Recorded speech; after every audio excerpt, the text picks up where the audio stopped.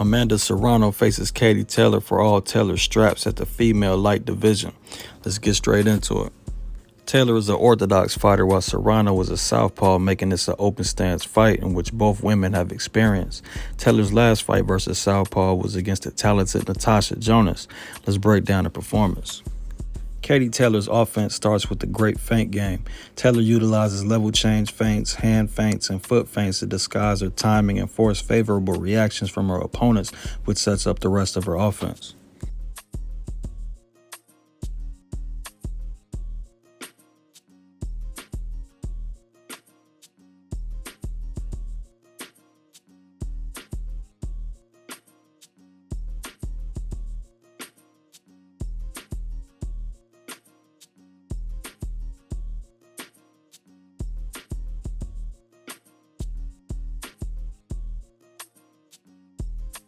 When she's ready to attack, Katie very often uses the jab feint, which causes the closing of a guard or draws the guard out, then sneaks a two cross through the openings.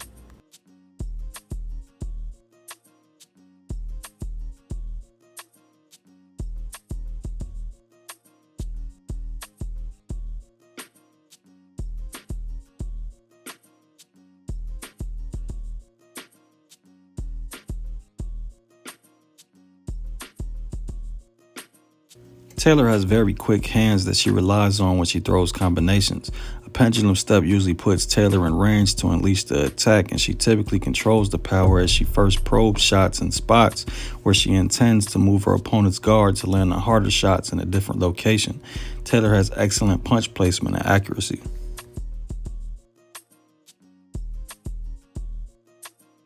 Taylor has a very good left hook, whether thrown as a lead left hook or a counter. In the Jonas fight, she would even slightly turn and eat the open stance hook and use the momentum to throw her own to great effect.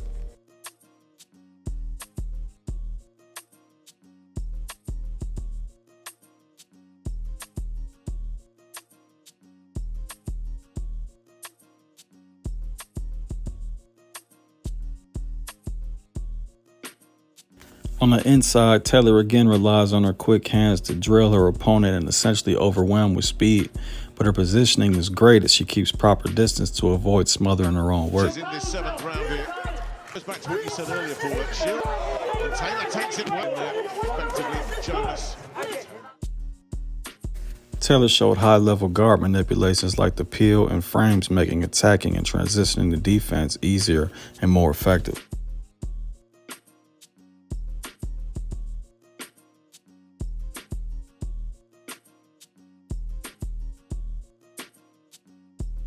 Taylor has a solid defense utilizing pretty good head movement. When she wants to reverse step or shuffle and control distance, she uses an effective long guard. When she utilizes front foot pressure, she switches to the high guard, showing the versatility needed at a high level and understanding multiple defensive systems. Taylor's rhythm stepping around the ring sometimes features a step feint, which she steps to her front foot and she rocks her upper body forward. While it's likely she expects a reaction from her opponent and possibly a countering opportunity, on the negative side, it means she's plotting on the front foot, which an opponent with good timing can take advantage of. Katie throws that feint cross a whole lot. While the feint cross can be effective, showing a counterpuncher with good timing the same sequence over and over will eventually get you timed. Comes Taylor. Yeah, and this is where the legs, a little bit of touch of Jonas. The most glaring flaw was Taylor's dangerous habit of ducking or slipping and bringing her head back to the A-slot or center line to counter. A bad idea for many other reasons, but at the extension of the backhand cross, your back shoulder is either squared or it's now your front shoulder. Your hips are squared and your weight is on the front foot, which is the perfect position to throw the lead hand hook. So the most common punch coming behind the cross that Katie ducks or slips is a lead hand hook, and she's increasing the probability that it connects by bringing her head back to the A-slot, especially with her hands away from her chin.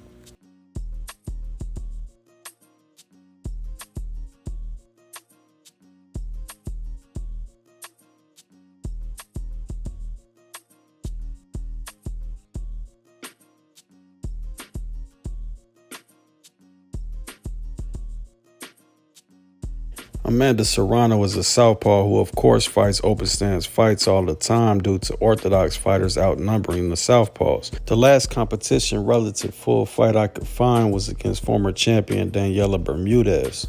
Let's explore. Serrano also uses a good feint game to set up the rest of her offense and disguise her timing. Jab feints, backhand feints, and step feints are a normal staple.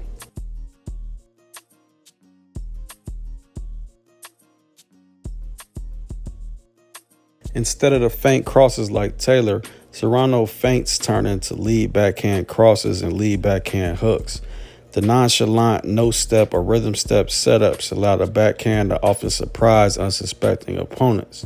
Instead of the jab, Serrano used the backhand to initiate offense and then expands the arsenal from there.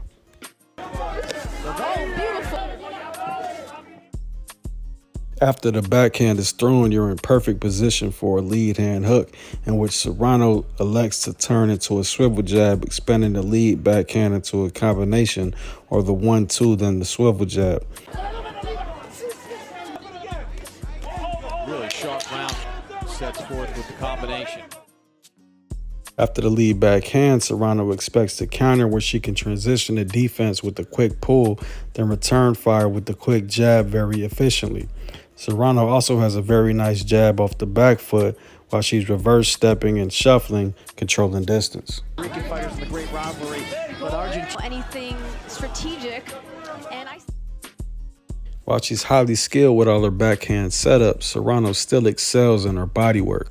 Serrano's favorite attack to throw was the jab feint, level change, uppercut to the liver, which has devastating effect. While Katie Taylor's defense is good, she has been seen ignoring shots to the body and concentrating on protecting the head only. Very risky versus an elite, powerful body puncher like Serrano.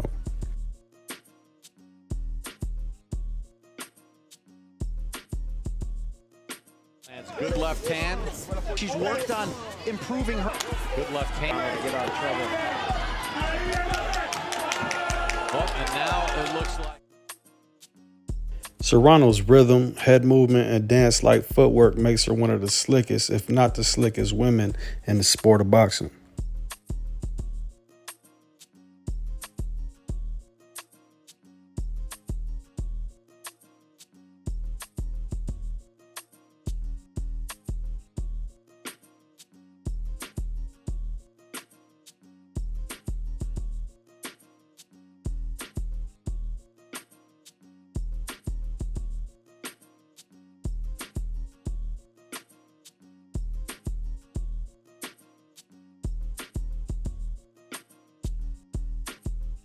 And finally, Serrano's biggest flaw, and the only flaw that she consistently shows, is a big one.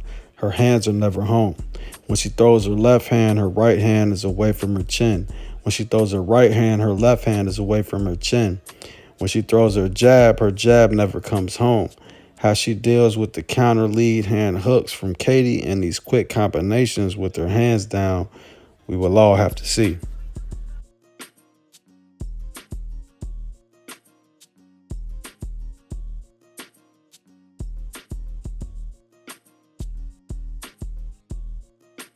And what I noticed about watching both these women in their previous fights and in all their fights, her accuracy, her quick combinations are hard.